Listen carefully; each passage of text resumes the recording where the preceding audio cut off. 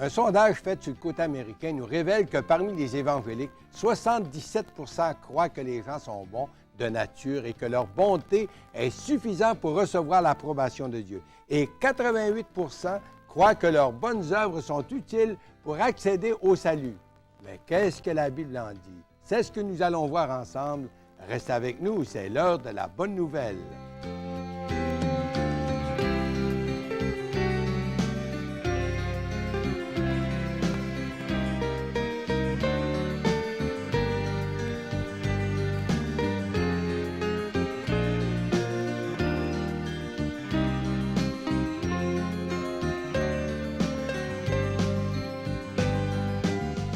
Bonjour et bienvenue à l'heure de la bonne nouvelle. Il nous fait plaisir de vous retrouver à nouveau aujourd'hui. Nous allons passer ensemble les 30 prochaines minutes et j'espère que vous allez demeurer avec nous puisque nous avons aujourd'hui à l'heure de la bonne nouvelle des choses qui sont très intéressantes en plus de faire l'exploration de la parole de Dieu, ce voyage merveilleux qu'on effectue à chaque semaine à travers la parole de Dieu. Nous aurons également la parole de Dieu qui sera interprétée, qui sera chantée par notre ami Gilles Despins. Gilles Despins qui demeure dans la région de Trois-Rivières, dans la Mauricie, plus précisément à Grand-Mère. Et on salue justement les gens de la Mauricie, puisqu'on sait que beaucoup de personnes dans ce secteur nous écoutent, comme d'ailleurs à tous les endroits où cette émission est présentée. Et vous savez, peu importe où vous êtes au Québec, même dans le nord de l'Ontario ou dans le nord du Nouveau-Brunswick, c'est à vous également que cette offre s'adresse. Si vous ne possédez pas le Nouveau Testament, nous vous l'offrons tout à fait gratuitement en collaboration avec la Société biblique canadienne qui nous permet d'avoir ce Nouveau Testament à très bon prix. Et ce Nouveau Testament, il est en français courant, donc c'est un français qui se lit très, très bien, une langue adaptée à notre époque. Également, bien sûr, la bonne semence, c'est ce calendrier qui vous est offert. C'est plus qu'un calendrier. Bien sûr, il sert de calendrier parce qu'il vous indique la date à chaque jour, évidemment, mais beaucoup plus que cela, il comporte une portion, un petit passage de la Bible pour chaque jour, ainsi qu'une méditation quotidienne sur les Écritures. C'est un instrument très important à avoir à la maison. On vous l'offre gratuitement également. Et cette année, on a cru bon vous offrir le petit livret de Luis Palao qui s'appelle « Qu'est-ce qu'un vrai chrétien ?» Ce petit livre-là pourrait changer complètement votre vision du christianisme. Il n'a qu'une trentaine de pages, mais croyez-moi, chaque mot a été pensé. Et il pourrait faire une différence. Donc, je vous le rappelle, c'est gratuit. Tout ce que nous avons offert ici, c'est tout à fait gratuit. Vous avez remarqué, on ne vous demande jamais d'argent et même on vous offre des choses. Tout cela parce que, bien sûr, le peuple de Dieu au Québec, l'Église évangélique, est derrière nous pour nous aider à présenter ces émissions. N'est-ce pas, Gaston, que le peuple évangélique est derrière nous?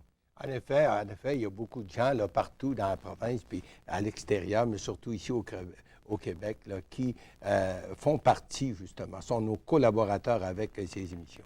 Et justement, parlant de ces amis que nous avons, on a une conférence de l'Heure de la Bonne Nouvelle qui est prévue pour le printemps. Oui, en effet, je crois que c'est le 4 mai en ce printemps. Et puis, le thème, ou en fait l'accent, est placé sur l'évangélisation. Puis, il y a plusieurs organismes qui travaillent dans l'évangélisation qui vont être là, présents. Donc, on pourrait inviter tous nos amis qui nous écoutent, qui aimeraient nous rencontrer, discuter avec nous et assister à cette journée très importante. C'est au Cap de la Madeleine, samedi, le 4 mai prochain, conférence de l'Heure de la Bonne Nouvelle. En effet, puis on aimerait rencontrer beaucoup de gens, là, justement, à ce jour-là. Puis c'est au cœur du Québec, alors c'est accessible, je crois, à beaucoup de gens du Québec. Absolument. Gaston, c'est déjà la 8e émission de cette présente série. Il ne reste que 3 émissions. Ça passe vite. Et aujourd'hui, tu as décidé de nous parler de la régénération. En effet. Que tu peux nous expliquer un petit peu qu'est-ce que veut dire ce terme très spécial, régénération? Il faut dire, Jean-Pierre, que ce n'est pas un terme qu'on rencontre partout et puis on ne l'emploie pas dans notre vocabulaire quotidien. Mais puis en plus de ça, on le retrouve que très peu de fois dans la parole de Dieu. Mais selon le dictionnaire, la régénération signifie vie nouvelle ou faire naître de nouveau, engendrer de nouveau. Puis selon le dictionnaire biblique, régénérer signifie un changement de nature produit par le Saint-Esprit en l'homme. C'est la nouvelle naissance dont a parlé Jésus à Nicodème, ce docteur d'Israël, en Jean chapitre 3. Mais j'aimerais vous inviter à une lecture aujourd'hui dans la première épître de Pierre, l'apôtre Pierre, première épître, le premier chapitre, et nous allons lire quelques textes. Le verset 3 qui se lit comme tel.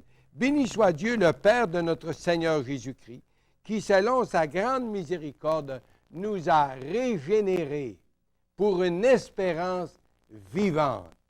Et nous lisons au verset 23, « Vous avez été régénérés, non par une semence corruptible, mais par une semence incorruptible, par la parole vivante et permanente de Dieu. » Et puis plus loin dans le même paragraphe, c'est dit, « Et cette parole est celle qui a été annoncée par l'Évangile. » Alors, ce premier texte de l'apôtre Pierre, l'homme est régénéré en vue d'une espérance vivante, selon la miséricorde de Dieu.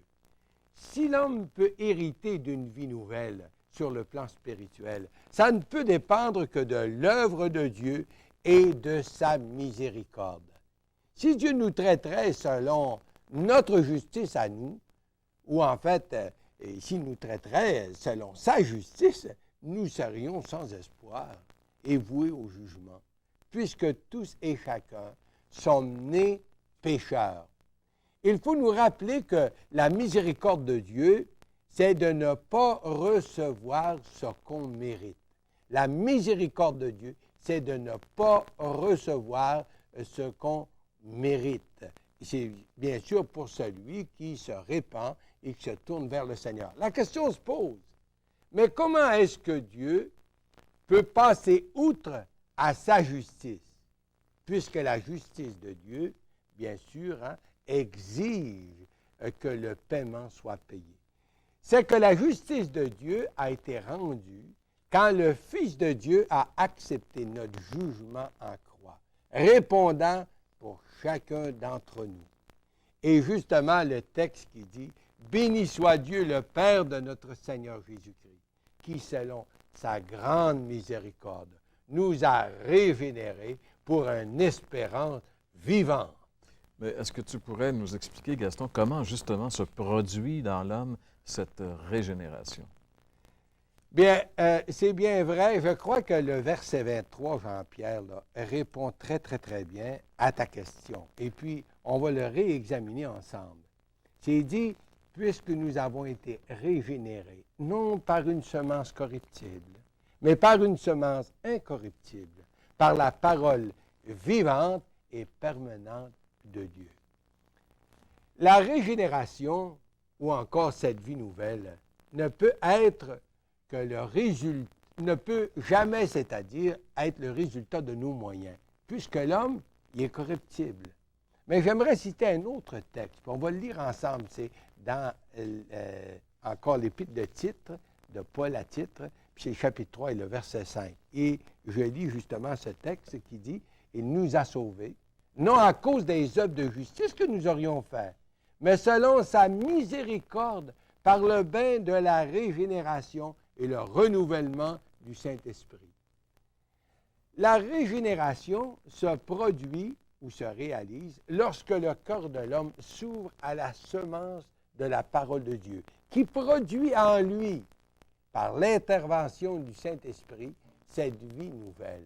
Jésus avait dit à Nicodème, vous en rappelez, ce qui est né de la chair, c'est chair. Ça, c'est notre nature en tant qu'être humain. Mais ce qui est né de l'Esprit est esprit.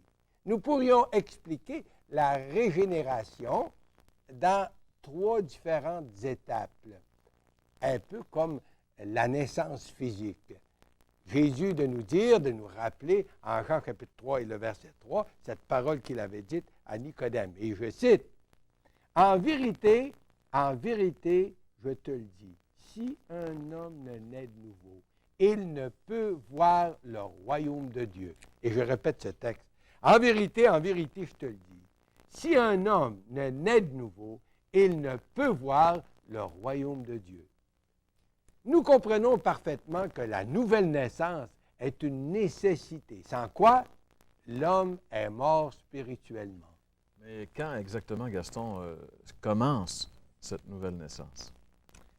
Bien, Jean-Pierre, tout comme la naissance physique commence par une conception, bien, la régénération commence aussi par une conception sur le plan spirituel, suivie d'une période de gestation, un peu comme vraiment à la conception parmi les humains.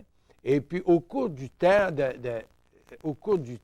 que ce soit à court terme ou que ce soit à long terme, c'est suivi aussi par la naissance. Jésus a exemplifié la nouvelle naissance en employant des faits connus et vécus. De même, l'apôtre Pierre nous dira, « Vous avez été régénérés par une semence incorruptible qui est la parole de Dieu. » La conception, c'est lorsque la semence, la parole de Dieu, pénètre le cœur de l'homme et lui révèle le salut qui est en Jésus. C'est la parole de Dieu qui révèle à l'homme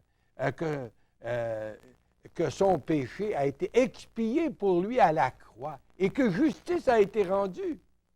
C'est la parole de Dieu qui offre aux pécheurs un salut gratuit et le pardon de ses nombreux péchés. C'est la parole de Dieu qui fait entendre l'appel de Jésus qui dit « Voici, je me tiens à la porte de ton cœur et je frappe. Si seulement tu entends ma voix, si seulement tu ouvres ton cœur, alors j'entrerai. » Mais encore faut-il dire que le cœur de l'homme n'est pas toujours prêt à recevoir cette bonne semence. Il n'est pas toujours prêt à répondre justement à cet appel. Vous vous rappelez la parabole du semeur qu'on retrouve dans l'Évangile de Matthieu, chapitre 13. Ce sont même l'enseignement, c'est l'enseignement du Seigneur. Puis il nous parle de ce semeur qui sort pour semer. Puis il y a 4 différentes semences. La première partie, elle tombe le long du chemin. Et puis ça représente le cœur qui est trop dur, qui est fermé à la semence. La deuxième partie, bien, ça tombe dans des cœurs semblables à un terrain pierreux. Puis une autre partie tombe dans le cœur semblable à un terrain rempli d'épines. Tandis que la quatrième partie, elle tombe dans des cœurs réceptifs, c'est-à-dire dans de la bonne terre, et puis cette bonne terre, ça produit du fruit. Malheureusement, la parole de Dieu n'a pas toujours son effet dans le cœur de l'homme. Mais pour ceux qui sont réceptifs à la parole de Dieu, sur le plan spirituel, cette conception se produit. Elle est suivie, bien sûr, normalement par une période de gestation. Et avec ou pendant cette période, bien, on pourrait dire qu'il y a aussi des nausées. C'est le travail de l'Esprit Saint qui doit nous faire comprendre la gravité de nos péchés. C'est le travail de l'Esprit Saint qui doit nous démontrer, nous convaincre de notre état désespéré de pécheurs perdus que nous sommes. Son travail, c'est de convaincre l'homme en ce qui concerne le péché, dans le but de nous conduire à Jésus. L'homme qui n'a pas le cœur et la conscience éveillée et labourée pour se voir à la lumière de Dieu ne verra jamais le besoin de se repentir. Il est comme ceux qui dorment dans une maison qui brûle. J'avais donné un jour un Nouveau Testament à une petite cousine. Au bout d'un certain temps, je lui demande comment elle se débrouillait dans sa lecture. Elle me répond, j'ai arrêté la lecture parce que ça me parlait trop fort. Mais je lui ai répondu, mais continue. C'est l'Esprit de Dieu qui te parle. La lumière se fera, tu verras. Et c'est comme ça quand on lit ces vérités de la parole de Dieu. Dieu nous interpelle. On est conscient que la voix de Dieu par l'Esprit parle à nos cœurs, mais on n'est pas toujours prêt à répondre, justement, ou à accepter, justement, ce que Dieu nous place devant nous. Et, justement, on peut vraiment dire que le cœur de l'homme ne cède pas facilement au Seigneur. Après tout, le Seigneur veut qu'on lui cède nos cœurs et nos vies entières. On se rappelle de cette parole de Jésus, puis on va la lire justement ensemble. Ça se trouve dans l'Évangile de Matthieu, chapitre 16, et le verset 24. Et là, nous lisons, « Si quelqu'un veut venir après moi, qu'il renonce à lui-même, qu'il se charge de sa croix et qu'il me suive. Si quelqu'un veut venir après moi, qu'il renonce à lui-même, qu'il se charge de sa croix et qu'il me suive. » Vous savez, ça signifie, si quelqu'un veut venir et être disciple du Seigneur, mais renoncer à nous-mêmes. Ah, c'est pas si facile qu'on le pense, vous savez. Se charger de sa croix, c'est-à-dire reconnaître qu'on est mort à nous-mêmes pour pouvoir nous soumettre au Seigneur, à son enseignement, cheminer avec lui. Mais qui est prêt justement à répondre à son appel? Qui est prêt à s'engager avec lui parce que c'est un engagement, le salut? Si le salut est un don gratuit, l'homme doit être prêt à s'abandonner à Jésus, et c'est là sans condition. Imaginez une fiancée qui voudrait se marier, mais continuer à vivre comme une célibataire, ou vice-versa. Pendant cette période de gestation, pour revenir justement à cet exemple, plusieurs tournent leur dos sur Jésus, comme le jeune homme riche, vous vous rappelez, qui est venu à Jésus, mais qui a préféré les biens de ce monde, ses richesses, à Jésus. Et oui, un choix reste à faire. Pour plusieurs, même s'ils reconnaissent que Jésus est l'unique sauveur et qu'il peut sauver parfaitement, mais ils ne sont pas encore prêts à s'engager vraiment avec Jésus pour justement se soumettre à lui et puis accepter ce qu'il offre aux pécheurs. Justement, Gaston, qu'est-ce qui empêche les gens de s'engager avec Jésus? Ah bien, c'est que, Jean-Pierre, les gens ont peur, ils craignent les chambardements. Ça peut être leur position, ça peut être leur loisir, le monde avec toute sa vanité, ça peut être leur religion, même leurs parents. Un peu à l'exemple de l'aveugle que nous retrouvons dans l'Évangile de Jean, chapitre 9. Là. Ses parents, c'est dit, n'osaient pas parler en faveur de Jésus, même s'ils reconnaissaient que leur garçon avait été guéri et puis qu'il avait recouvert la vue par le Seigneur, mais ils n'osaient pas parler en faveur de Jésus de peur d'être excommuniés de la synagogue. Mais il y en a qui sont prêts à répondre à l'appel du Seigneur, à lui faire confiance. Il y a des milliers de gens qui, encore aujourd'hui, bien sûr, se tournent vers le Seigneur. Alors, peu importe le prix à payer, ils sont prêts à faire l'expérience de cette nouvelle naissance. Et c'est justement, c'est ceux-là qui peuvent en faire l'expérience. Premièrement, ils ont entendu la parole du Seigneur, justement, à travers la lecture de la parole ou à travers les messages de la parole. Deuxièmement, ils se sont laissés convaincre par le Saint-Esprit de leur besoin de Jésus comme sauveur. Et troisièmement, ils lui auront fait confiance en s'engageant à le suivre. Et c'est à eux que la Bible peut vraiment dire, comme on l'a lu dans la première épître de Pierre, chapitre 1er, le verset 23, qui se lit justement comme tel. « Puisque vous avez été régénérés, non par une semence corruptible, mais par une semence incorruptible, par la parole vivante et permanente de Dieu. » Et cette parole, c'est celle qui vous a été annoncée par l'Évangile.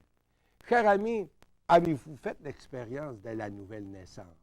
Peu importe votre arrière-plan religieux, l'homme se doit de naître de nouveau pour faire partie de la famille de Dieu. N'oublions pas cette parole de Jésus qui dit « Si un homme ne naît de nouveau, il ne peut voir le royaume de Dieu. » Gaston, qu'est-ce qu'on peut penser des gens qui pensent qu'ils sont nés de nouveau lorsqu'ils ont été baptisés comme des petits bébés? Il est vrai que beaucoup de gens croient que, justement, qu'ils sont enfants de Dieu, nés de nouveau, parce qu'ils ont passé par certains rites, par le sacrement de baptême, par exemple. Mais cet enseignement, qui date du Moyen Âge, qui est pratiqué dans les milieux catholiques aussi bien comme protestants, c'est très loin de l'enseignement de la parole de Dieu. Non seulement elle n'est pas conforme à la Bible, la parole de Dieu, mais le sacrement de baptême, aussi bien que tout simplement le baptême, ne transmet pas la nouvelle naissance, la vie spirituelle. Puis j'aimerais justement qu'on lise ensemble ce verset dans Jean, l'Évangile de Jean, premier chapitre et le verset 12, qui se lit comme ci. « Mais à tous ceux qui l'ont reçu, à ceux qui croient en son nom, il leur a donné le pouvoir de devenir enfants de Dieu, lesquels sont nés non du sang, ni de la volonté de la chair, ni de la volonté de l'homme, mais de Dieu. » Il est donc clair que pour devenir enfant de Dieu, il faut recevoir Jésus dans nos cœurs par la foi.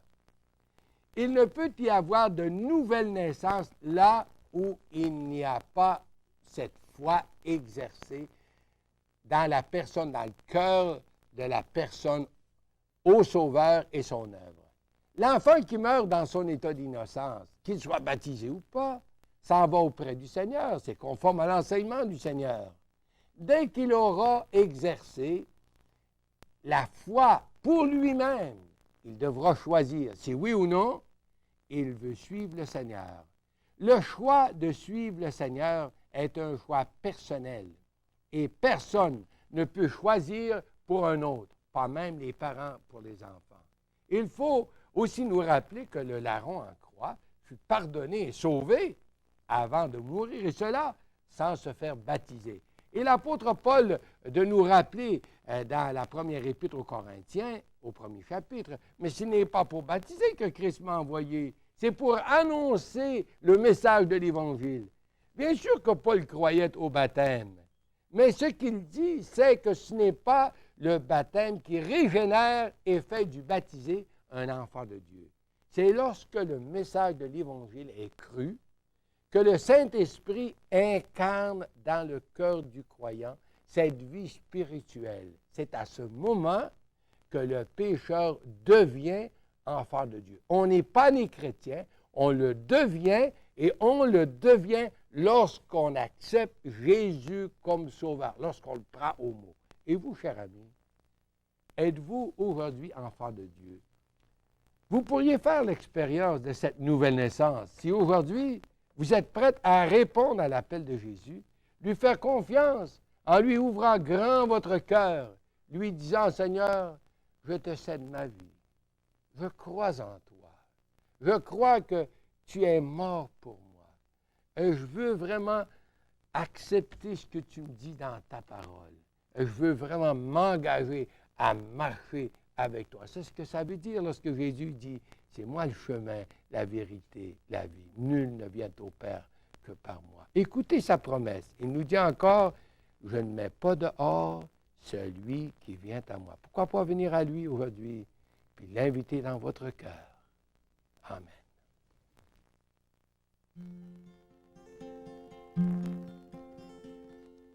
Je voyais comme dans un miroir un visage qui sourit, paisible et sans peur.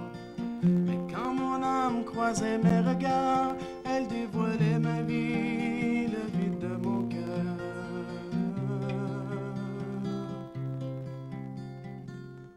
J'écoutais les grands de ce monde, confiant dans leurs conseils et leurs plus belles pensées. Mais tout au plus j'ai tourné en rond, je suis toujours pareil, j'ai ce vide à combler. Car même les écrits des héros, toutes leurs paroles de sagesse, tout ce qu'ils peuvent dire de plus beau, les longs discours sur la tendresse, n'ont rempli le vide de ma vie.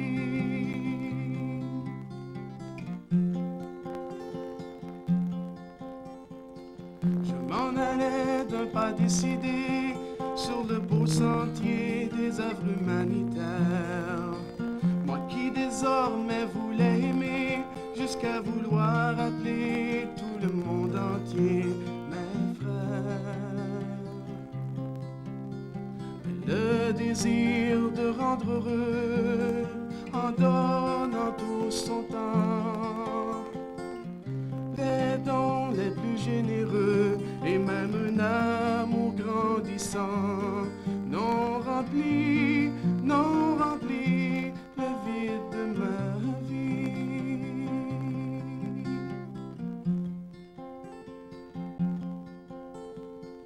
Un jour enfin j'ai compris que pour changer ma vie et lui donner un sens, fallait la donner à Jésus-Christ en passant par la croix et la nouvelle naissance. Son œuvre sur la croix est suffisante, je n'ai seulement qu'à l'accepter, et sa parole vivante est permanente qui me fut annoncée a rempli le vide de ma vie. Son œuvre sur la croix est suffisante, je n'ai qu'à l'accepter, et sa parole vivante et permanente qui me fut annoncée a rempli le vide de ma vie.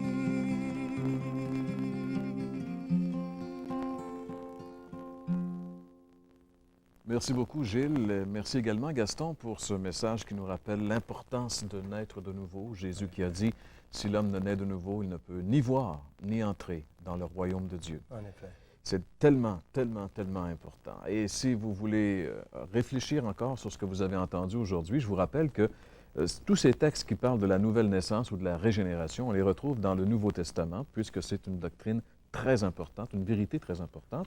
Si vous ne possédez pas le Nouveau Testament, et on vous l'offre gratuitement, il y a cet exemplaire qui s'appelle « Bonne nouvelle aujourd'hui », le Nouveau Testament en français courant.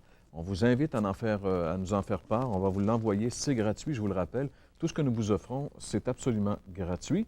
On vous offre également, je vous le rappelle, le petit calendrier Bonne Semence, ou si vous préférez, un recueil de méditation quotidienne. À chaque jour, vous aurez un petit passage des Écritures qui est expliqué, qui vous amène dans une méditation, une application pour la vie courante de ce passage de la parole de Dieu. Et il y en a un passage pour chaque jour de l'année. Donc, en même temps, ça sert de calendrier, bien sûr. Alors, le calendrier Bonne Semence qui nous est offert par Messager chrétien, qui nous permet justement de pouvoir vous l'offrir, ainsi que ce petit livre de Luis Palau. Gaston, aujourd'hui, nous a parlé justement d'une incompréhension que très souvent on peut avoir au sujet, par exemple, du baptême. Souvent, on a pensé que le baptême était synonyme de nouvelle naissance. Eh bien, c'est un mythe, malheureusement, c'est un mythe. Et même Luis Palau, parmi les différents mythes qu'il démystifie dans son livre, parle ici du sacrement. Il dit « Peut-être avez-vous été baptisé lorsque vous étiez nourrisson. Cet acte n'exprime pas que vous soyez nécessairement chrétien. Combien de personnes incarcérées dans des prisons en raison de leurs méfaits ont pourtant été baptisées? » Et il en parle. Donc, entre autres sujets, il y a ce sujet-là dans ce petit livre de Luis Palau. Qu'est-ce qu'un vrai chrétien? Eh bien, le petit livre de Luis Palau, le calendrier Bonne Semence et le Nouveau Testament sont à vous gratuitement. Pour les recevoir, vous nous écrivez à l'heure de la Bonne Nouvelle, casier postal 1054 Sherbrooke, Québec. L'heure de la Bonne Nouvelle, casier postal 1054 Sherbrooke, Québec, J1H5L3. Eh bien voilà, c'est tout le temps qui était à notre disposition pour aujourd'hui. On se donne rendez-vous la semaine prochaine, à nouveau pour l'heure de la Bonne Nouvelle, même heure, même poste. Passez une très bonne semaine et à la semaine prochaine. Pour recevoir gratuitement la documentation annoncée dans cette émission, écrivez à l'heure de la Bonne Nouvelle, case postale 1054, Sherbrooke, Québec, J1H5L3. Nous répétons, case postale 1054, Sherbrooke, Québec, J1H5L3.